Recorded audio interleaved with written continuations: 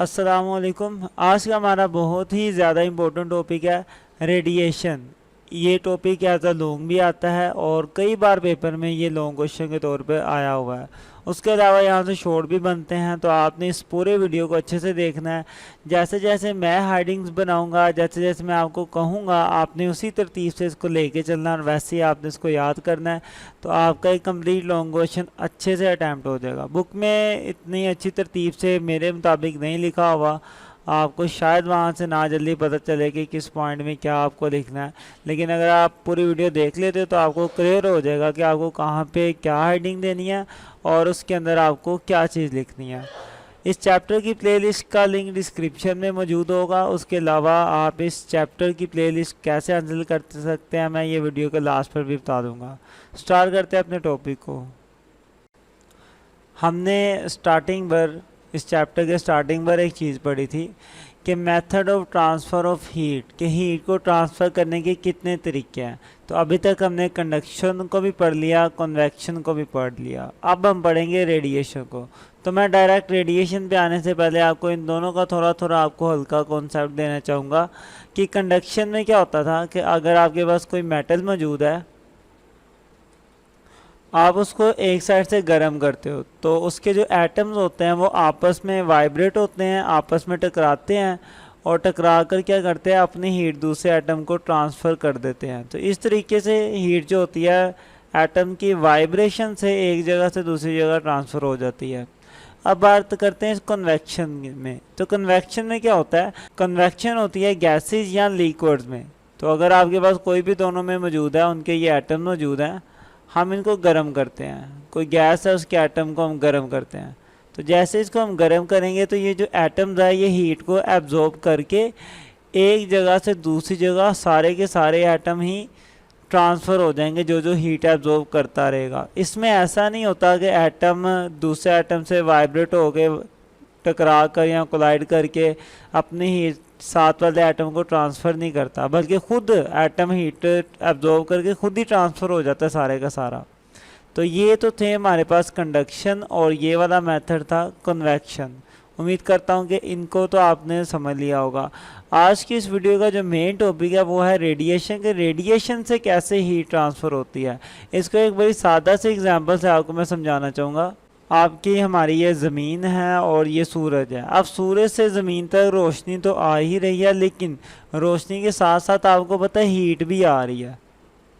अब ये हीट किस तरीके से आ रही है सूरज से ज़मीन की तरफ, ना तो ज़मीन और सूरज के बीच में कोई हवा मौजूद है, या तो तरह कोई हवा मौजूद होती तो हम ये कह देते हवा के मान लीजिए गर्म होकर ज़मीन के पास आ गए। ऐसा भी नहीं है, हवा भी मौजूद नहीं है, ना ज़मीन और सूरज के दरमियान में कोई कंडक्टर मौजूद है कि यहाँ से हीट इसको मिली, यहाँ से वाइब्रेट होते होते होते होते होते ज़मीन तक आ गई। ऐसा भी कुछ नहीं है, बिल्कुल खाली स्पेस है। लेकिन फिर भी सूरज से ज़मीन के तक हीट आ रही है। तो आखिर क्या ऐसी चीज़ है जिसकी वजह से ये हीट आ रही है?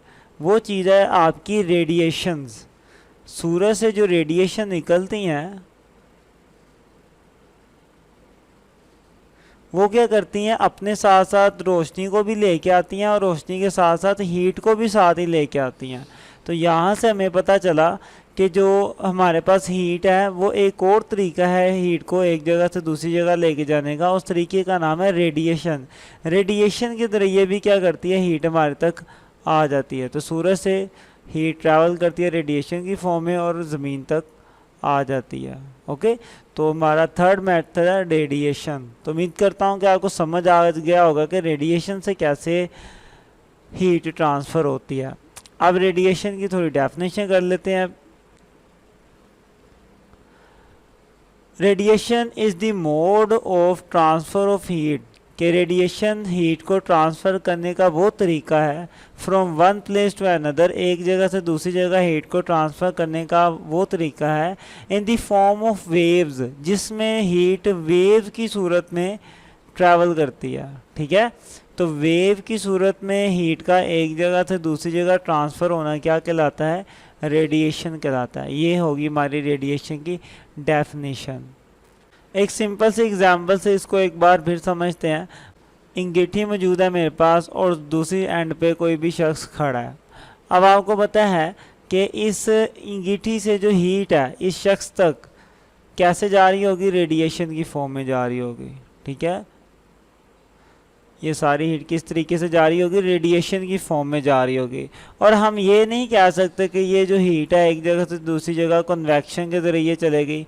हाँ, हवा के ज़रिए भी जा सकती है, हवा भी कमरे में मौजूद है, यहाँ पे जो हवा होगी वो गर्म होगी, वो आहिस्ता आहिस्ता ट्रैवल करके इनके पास चले जाएगी, लेकिन वो एक लंबा प्रोसेस होता है, वो स्लो प्रोसेस है।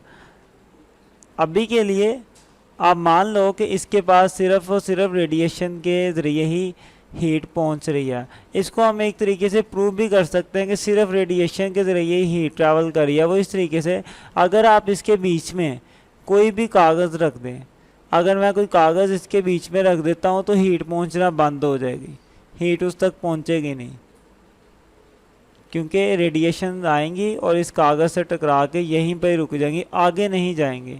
इसका मतलब ये हुआ कि इस शख्स तक जो हीट पहुंच रही थी वो सिर्फ और सिर्फ किस वजह से पहुंच रही थी, रेडिएशंस की वजह से पहुंच रही थी। तो ये अक्सर पेपर में एमसीक्यू पूछा जाता है कि जो आपके पास अंगीठी होती है वहाँ से जो हीट है वो कैसे ट्रांसफ़र होती है, तो रेडिएशन की फॉर्म में ट्रांसफ़र होती है।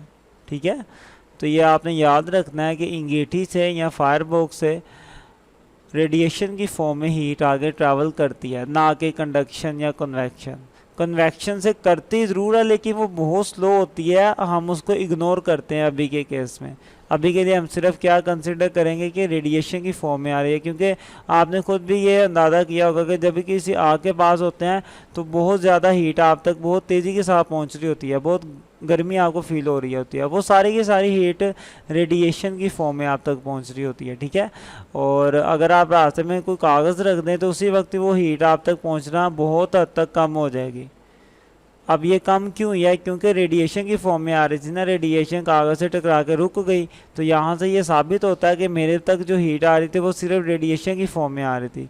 अगर कन्वेक्शन की मदद से आ रही होती तो कागज़ रखने से फ़र्क नहीं था पड़ना चाहिए, वो फिर भी मेरे तक आनी चाहिए थी, लेकिन ऐसा होता नहीं है, कागज़ रखने से रुक जाती हैं। तो इसका मतलब है कि मेरे पास सिर्फ रेडिएशन की फॉर्म में ही एनर्जी या हीट आ रही है।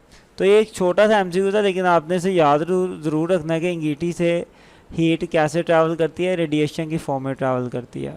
अब ये जो रेडिएशन है ये 3 फैक्टर्स पर डिपेंड करती है।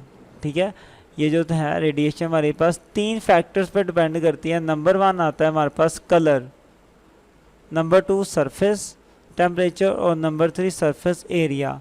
इन तीनों के ऊपर रेडिएशन से डिपेंड करती है। मतलब अगर आप किसी का कलर चेंज करते हो तो रेडिएशन पे फ़र्क पड़ जाएगा, मे बी रेडिएशन ज़्यादा निकले या कम हो जाए। इसी तरह सरफेस टेम्परेचर, अगर आप किसी सरफेस का टेम्परेचर कम या ज़्यादा करते हो तो उस वक्त भी उसकी जो रेडिएशन है वो कम ज़्यादा हो सकती हैं। और सरफेस एरिया, अगर आप किसी का सरफेस एरिया इंक्रीज़ कर देते हो या कम कर देते हो उस वक्त भी क्या होता है, रेडिएशन पे फ़र्क पड़ता है। इन तीनों पॉइंट्स को अब हम डिटेल में समझेंगे, लेकिन इससे पहले एक इम्पोर्टेंट एमसीक्यू है जो आपने याद रखना है कि हर एक बॉडी में से रेडिएशंस निकलती ही रहती हैं और हर टाइम निकलती रहती हैं। ठीक है, कि radiations are emitted by all the bodies, कि हर एक जिस्म में से रेडिएशन लाजमी निकलती हैं। ये बहुत इंपॉर्टेंट एक बात है, एमसीक्यूज़ भी इसको आपने याद रखना है कि रेडिएशन हर बॉडी में से निकलती ही रहती हैं। ओके, तो ये भी होगा। अब रेडिएशन हैं जो वो हमारी 3 फैक्टर्स पे डिपेंड करती हैं, सरफेस पे, surface and texture of the surface पे, सरफेस टेम्परेचर पे और सरफेस एरिया पे। अब इन तीनों को हम डिटेल में देखते हैं। तो सबसे पहले मेरा कलर एंड टेक्सचर वाला आ रहा है, लेकिन बुक में सबसे पहले इसको एक्सप्लेन नहीं किया गया। बुक में जो है सबसे पहले आपका सरफेस टेम्परेचर वाले पॉइंट को डिस्कस किया गया, तो हम भी अब सरफेस टेम्परेचर को ही पहले डिस्कस करेंगे। ठीक है, तो सरफेस टेम्परेचर को डिस्कस करते हैं। अब सरफेस टेम्परेचर पे कैसे डिपेंड करती है रेडिएशन, उसको कुछ एग्जांपल से समझते हैं। मेरे पास एक चाय का कप है। अब चाय होती है गर्म, तो गर्म होने की वजह से क्या होता है, चाय में से रेडिएशन बाहर की तरफ निकलती हैं बहुत ज़्यादा। ठीक है, जो चीज़ गर्म होती है रेडिएशन उसमें से ज़्यादा निकल रही होती हैं, तो ज़्यादा से ज़्यादा रेडिएशन बाहर निकलेंगे। लेकिन इसका मतलब ये नहीं है कि सिर्फ इसमें से रेडिएशन बाहर ही निकलेंगे, कुछ रेडिएशन इसके अंदर भी जा रही होती हैं। ठीक है, एक टाइम में बॉडी के अंदर रेडिएशन जा भी रही होती है और निकल भी रही होती है, लेकिन फ़र्क क्या है कि अगर वो बॉडी गर्म है तो उसमें से रेडिएशन ज़्यादा निकलती है, और अगर वो ठंडी है तो उसमें से रेडिएशन कम निकलती है। ठीक है, तो देखिए सरफेस टेम्परेचर पर डिपेंड करता है रेडिएशन का निकलना। अगर तो किसी बॉडी का जो सरफेस टेम्परेचर है वो ज़्यादा है तो रेडिएशन भी ज़्यादा निकलेंगी, अगर उसका सरफेस टेम्परेचर कम है तो रेडिएशन भी क्या होंगी, कम निकलेंगे। इसी बात को हमने लिख दिया हुआ है।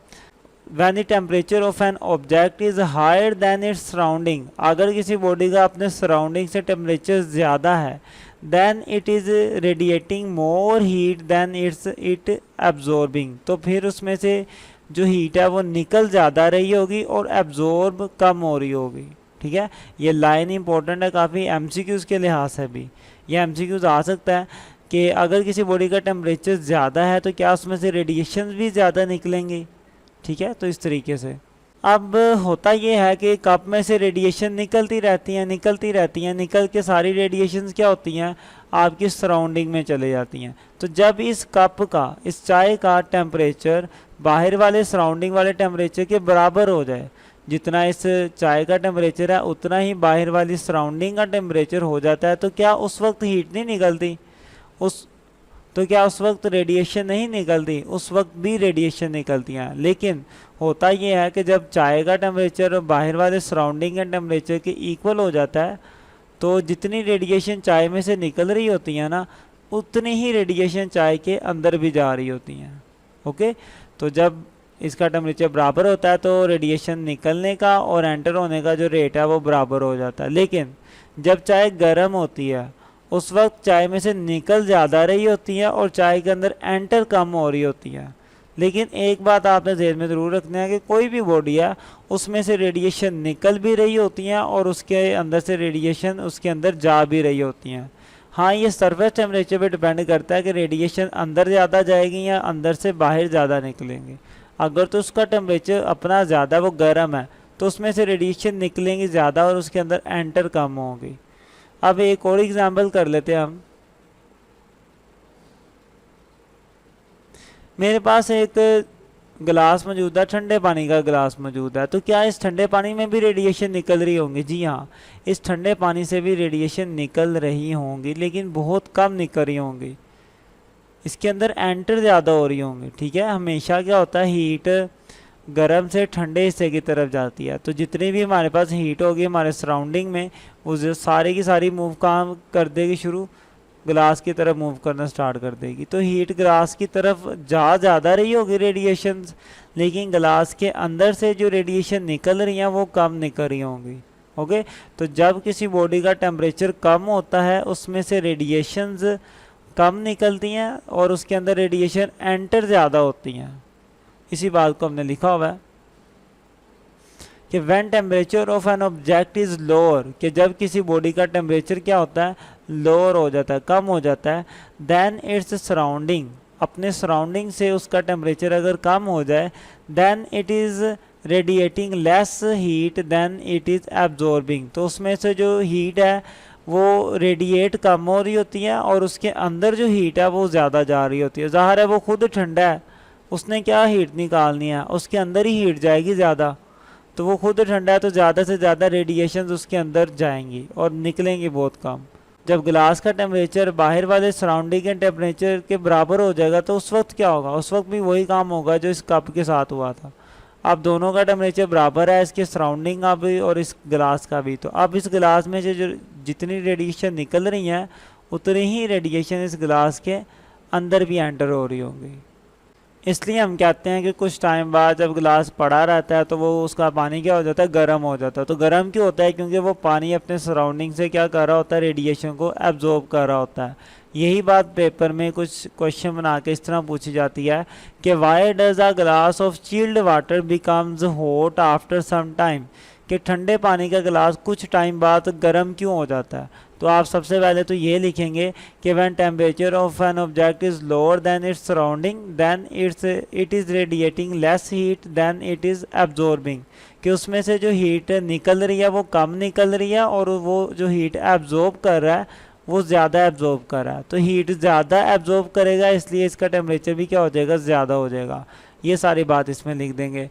और इस कप वाले हिस्से में से भी पेपर में शॉर्ट आता है कुछ इस तरीके से कि why does a cup of hot tea become cool after some time, कि कुछ टाइम बाद जो कप है वो ठंडा क्यों हो जाता है। वो इसलिए आप पहले ये लिखेंगे कि जब कोई बॉडी गर्म होती है उसमें से रेडिएशन ज़्यादा निकलती हैं, तो कप गर्म है, रेडिएशन ज़्यादा निकलेंगी, ज़्यादा रेडिएशन निकलने से ज़्यादा हीट भी निकलेगी, ठीक है। तो सारी हीट बाहर निकल जाएगी तो कप क्या हो जाएगा, हमारा ठंडा हो जाएगा। यही सारी बात आप लिख के आ जाएंगे। तो देखिए हमने सबसे पहला पॉइंट जो था हमारा कि जो रेडिएशन है वो इन 3 फैक्टर्स पे डिपेंड करते हैं। इन तीनों में से जो ये वाला फैक्टर था हमारा, ये हमने पढ़ लिया सरफेस टेम्परेचर पर, कि कैसे सरफेस का टेम्परेचर चेंज करने से रेडिएशन चेंज हो जाती हैं। अगर टेम्परेचर ज़्यादा हो जाएगा सरफेस का तो रेडिएशन ज़्यादा निकलेंगी, अगर टेम्परेचर कम हो जाएगा तो रेडिएशन कम निकलेंगे। यहाँ तक तो हमारा हो गया क्लियर।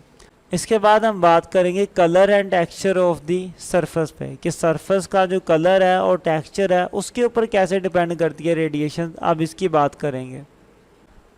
अब बात करते हैं colour and texture of the surface पे, कि कैसे सरफेस के कलर और टेक्सचर पर रेडिएशन डिपेंड करती हैं। इसको समझने के लिए हम एक डिवाइस ले लेते हैं जिसे हम कहते हैं लेज़ली क्यूब, ठीक है। उसे हम कहते हैं लेज़ली क्यूब। ये कोई स्पेशल किस्म की डिवाइस नहीं है, जैसे एक टीन का डब्बा होता है, समझ ले वही चीज़ है ये चीज़। ये है हमारा लेज़ली क्यूब, जैसे एक टीन का डब्बा होता है, ऑलमोस्ट वही चीज़ है। बस हमने क्या फ़र्क किया होता है, इसकी डिफरेंट जो वाल्स होती हैं, दीवारें होती हैं, उसको अलग अलग कलर दिया होता है। अब कौन कौन सा कलर दिया होता है वो देख लेते हैं। इसकी एक सरफेस को हमने कलरफुल बनाया होता है, दूसरी सरफेस को हमने वाइट कलर कर दिया होता है, एक सरफेस को हमने शाइनी सिल्वर कलर किया होता है, ठीक है। जैसे ये सरफेस है हमारे पास, इसको हमने शाइनी और सिल्वर कलर किया होता है। और जो चौथी सरफेस होती है उससे हमने ब्लैक कलर किया होता है इससे हमने, ठीक है। तो 4 इसकी सरफेसेस है, चारों को हमने डिफरेंट कलर किया होता है। नंबर 1 हमने एक साइड पे ब्लैक कलर किया होता है, डल ब्लैक कलर, और दूसरी सरफेस को हमने कलरफुल रखा होता है। एक सरफेस पे हमने वाइट कलर किया होता है और एक और सरफेस होती है उसके ऊपर हमने शाइनी सिल्वर कलर किया होता है, ठीक है। अब क्या करते हैं, हम अपने इस बॉक्स के अंदर इसका ढक्कन खोल के इसके अंदर गर्म पानी डाल देते हैं। तो गर्म पानी हम इसके अंदर एंटर कर देते हैं। एंटर करने के बाद क्या करता हूँ मैं, एक डिवाइस है, डिटेक्टर है, मैं वो यूज़ करता हूँ। अब इस डिवाइस का क्या काम है, ये रेडिएशन डिटेक्ट करके बताती है कि कहाँ से रेडिएशन ज़्यादा निकल रही है। मैंने अपनी इस डिवाइस को हर एक सरफेस के पास ला के रखा, लेकिन जब मैंने अपनी इस डिवाइस को ब्लैक सरफेस के पास ला के रखा तो यहाँ से मेरे पास रीडिंग मैक्सिमम आई, मेरे पास इसकी रीडिंग क्या ही मैक्सिमम आई। अब मैक्सिमम रीडिंग का मतलब क्या हुआ कि यहाँ से रेडिएशन क्या हो रही हैं, बहुत ज़्यादा निकल रही हैं। तो एक बात मुझे पता चल गई कि अगर किसी बॉडी का कलर ब्लैक है तो वहाँ से रेडिएशन क्या होती हैं, बहुत ज़्यादा निकलती हैं, ठीक है। तो देखें, अगर किसी बॉडी का कलर ब्लैक होगा तो वहाँ से क्या होगी, रेडिएशन बहुत ज़्यादा निकलेंगे। तो यहाँ से हमने एक चीज़ सीख ली कि रेडिएशन कलर्स के ऊपर कैसे डिपेंड करती है। इस पे हम हेडिंग देंगे एमिशन ऑफ रेडिएशन, के रेडिएशन का जो इखराज है, रेडिएशन जो निकल रही हैं वो कलर के ऊपर कैसे डिपेंड करती हैं। तो यहाँ से हमें पता चल गया कि अगर किसी बॉडी का कलर ब्लैक होगा तो वहाँ से रेडिएशन सबसे ज़्यादा निकलेंगे, बाकियों में से कम, किसी में से और कम, किसी में से बिल्कुल ही कम निकलेंगी, लेकिन ब्लैक वाले में से सबसे ज़्यादा रेडिएशन निकलती हैं। ओके, तो एक चीज़ हमें क्लियर होगी। अब हम देखते हैं कि यहाँ से तो हमें ये पता चल गया कि जो ब्लैक कलर है वो रेडिएशन को सबसे ज़्यादा निकालता है। अब हम ये चेक करते हैं कि रेडिएशन सबसे ज़्यादा एब्जॉर्ब कौन सा कलर करता है। इसके लिए भी एक एक्सपेरिमेंट हम करेंगे। ये वाला मेरे पास 2 सरफेसेस हैं, एक मैंने ब्लैक सरफेस ले लिया और एक मैंने वाइट सरफेस ले लिया। बीच में मैंने कैंडल रखी हुई है और दोनों सरफेसेस के साथ मैंने क्या लगा दिए, ये थर्मोमीटर लगा दिया। तो कैंडल जलती है, कैंडल से हीट दोनों की तरफ जाएगी, लेकिन जो मेरे ब्लैक वाली शीट है ना उसका टेम्परेचर ज़्यादा हाई हो जाता है, उसका थर्मामीटर क्या कर देता है, टेम्परेचर को ज़्यादा शो करता है। और जो वाइट वाली है उसका टेम्परेचर हाई नहीं होता, वो उसका टेम्परेचर कम ही रहता है, वो इतनी ज़्यादा गर्म नहीं होती। तो इस एक्सपेरिमेंट से मुझे ये भी पता चला कि जो मेरी रेडिएशन थी वो ज़्यादा किसने एब्जॉर्व की, ब्लैक वाली शीट ने एब्जॉर्व की। इसने ज़्यादा एब्जॉर्व की ना, इसलिए इसका टेम्परेचर भी क्या हो गया, ज़्यादा हो गया। वाइट वाली ने बहुत कम रेडिएशन एब्जॉर्ब की, इसलिए इसका टेम्परेचर ज़्यादा नहीं हुआ। तो इस एक्सपेरिमेंट से हमें ये भी पता चल गया कि जो रेडिएशन का एब्जॉर्ब करना है वो कलर के ऊपर डिपेंड करता है, और अगर किसी का कलर ब्लैक है तो वो सबसे ज़्यादा रेडिएशन को एब्जॉर्ब करेगा। तो इसके ऊपर हम हेडिंग दे देंगे एब्जॉर्प्शन ऑफ रेडिएशन, कि रेडिएशन का इंजज़ाब, उर्दू में इंजज़ाब कहते हैं और इंग्लिश में एब्जॉर्प्शन ही कहते हैं, कि रेडिएशन को अपने अंदर जज़ब कैसे किया जाता है। यहाँ से देखें, अभी तक हमने इस पॉइंट को क्लियर कर लिया कि हमारी जो रेडिएशन है वो कलर पर और टेक्सचर पर कैसे डिपेंड करती है। जैसे ही हम किसी बॉडी का कलर चेंज करते हैं तो रेडिएशन भी चेंज हो जाती हैं। लेज़ली क्यूब से ये हमें पता चला था कि अगर कलर ब्लैक है तो रेडिएशन उसमें से ज़्यादा निकलती हैं, और इस एक्सपेरिमेंट से हमें ये भी पता चला कि अगर कलर ब्लैक है तो रेडिएशन एब्जॉर्ब भी ज़्यादा करेगा। तो दोनों से एक बात तो पता चल गई कि अगर कोई ब्लैक कलर वाली चीज़ है तो उसमें से रेडिएशन ज़्यादा से ज़्यादा निकल भी रही होती हैं और ज़्यादा से ज़्यादा एब्जॉर्ब भी कर रही होती हैं। ब्लैक कलर ज़्यादा से ज़्यादा रेडिएशन को अपने अंदर एब्जॉर्ब भी करता है, और ब्लैक कलर ही अपने से रेडिएशन को बाहर भी ज़्यादा से ज़्यादा निकालता है। ओके, तो यहाँ तक हमारा ये पॉइंट क्लियर होगा कलर एंड टेक्सचर वाला। इसके अंदर हमने एमिशन को भी पढ़ लिया कि रेडिएशन जो एमिट होती हैं, निकलती हैं, वो कैसे कलर पर डिपेंड करती हैं, और एब्जॉर्प्शन को भी पढ़ लिया कि जो रेडिएशन हमारी बाहर निकल रही हैं बॉडी में से वो भी कैसे कलर पर डिपेंड करती हैं। तो ये पॉइंट हमारा कंप्लीट हो गया। अब आते हैं अपने लास्ट पॉइंट पर। देखिए ज़रा, हमने अभी तक इन दो पॉइंट्स को क्लियर कर लिया कि कैसे हमारी रेडिएशन कलर्स पर और टेक्सचर पर डिपेंड करती है। उसके बाद हमने सरफेस टेम्परेचर को भी डिस्कस कर लिया। अब हमारा लास्ट वाला पॉइंट है कि सरफेस एरिया पे कैसे रेडिएशन डिपेंड करती हैं। अब हम इसको स्टडी करने लगे हैं। सरफेस एरिया, तो देखते हैं कि कैसे रेडिएशंस इन सरफेस एरिया पे भी डिपेंड करती है। तो इसकी एक सादा सी एग्जांपल मैं आपको दूंगा कि हमारे पास अक्सर जो कार्स होती हैं, सिर्फ कारों के अंदर नहीं, जो भी गाड़ियाँ हैं, जो आपके एसी हैं, आपके फ्रिज हैं, इन सब के अंदर आपने एक चीज़ नोट की होगी कि कुछ जाली टाइप कोई चीज़ लगी होती है। जैसे कि ये कार है, इसके आगे यहाँ पे जालियाँ लगी होती हैं। अगर आप इसको उतारेंगे तो इसके पीछे भी काफ़ी ज़्यादा ऐसे पतली पतली सी जाली लगी होती है, लोहे की पतली पतली लेयर्स होती हैं। अब इन लेयर्स का क्या मकसद है? होता ही है कि इंजन बहुत गर्म हो जाता है, तो गर्म होने की वजह से उसको हमें ठंडा करना पड़ता है। तो इंजन में से हमने एक कनेक्ट किया होता है रोड इसके साथ, तो जो इंजन की हीट है वो इस रोड से होते हुए इनके अंदर आ जाएगी, इन प्लेट्स के अंदर। अब इन प्लेट्स का एरिया ज़्यादा है, तो एरिया ज़्यादा होने से हीट फैलेगी। इस सारी प्लेट के ऊपर भी हीट आ जाएगी, इस सारी प्लेट के ऊपर भी हीट आ जाएगी, इस सारी प्लेट के ऊपर भी क्या आ जाएगी? हीट आ जाएगी।